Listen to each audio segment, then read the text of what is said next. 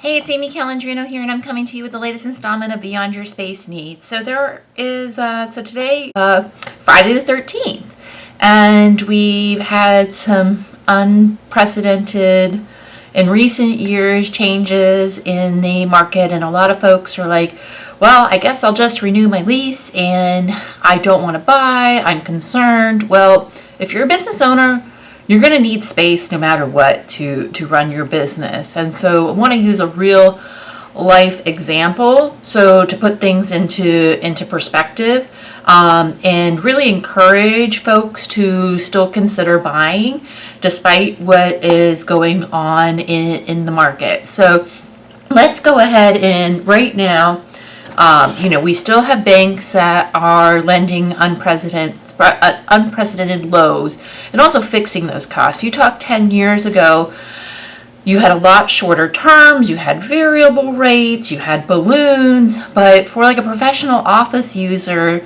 I'm seeing banks lending with 15% down on a conventional, 15-year term, 15-year amortization. And if you do bi-monthly payments like I'm doing for my building, you can have that building paid off in about 13 and a half years. And I'm seeing rates in the fours.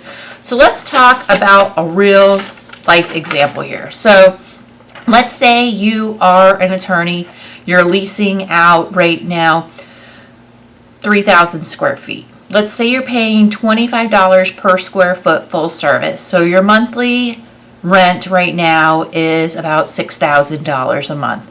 Let's say 6 months to a year from now, you renegotiate and you're like, oh my gosh, I got the best deal in the world. I got the landlord all the way down to $20 a square foot. Well, you sign a 5-year deal at that, you will have spent $300,000. So that's going to decrease your rent from about $6,250 a month to $5,000 a month, and you will over your next 5 years put $300,000 in your landlord's pocket.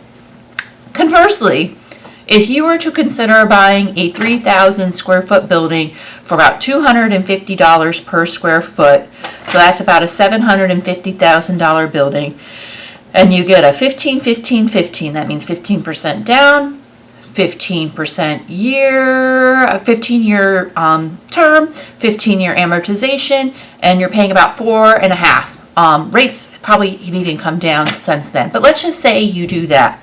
You're looking at $4,900 a month. So you take your $25 a month lease, get it reduced down to $20 a square foot. You're still paying more money monthly than you would to buy a building and have it paid off in less than 14 years. So I just want to give you that food for thought. Also, if you're a business owner, and let's say, let's use the law firm example, and you're the owner and you have associates, and you later on have a building that you can lease back to them. You're owning that asset. So for me, we don't know where the lending market is going to go, but I do know from talking to people that have been in this industry much longer than me that what we have right now is a very favorable lending environment, and just using this potential real life example, even if you got your rent decreased from $25 a square foot to $20 a square foot, you'd still be paying more than if you just bought a building and 8 more years past when you renew your lease the next time, you would have had the building paid off. And even if you have volatility in the market on rates, you can talk to anyone. Generally, you stay within this range every market cycle. So if you'd like to take a look at a lease versus own scenario or have me use real numbers, I do this all day. I can figure this out very quickly for you. I'm here for you and to help you navigate this. But What I do see is that we have some short-term tightening in the credit markets potentially in the near future. It's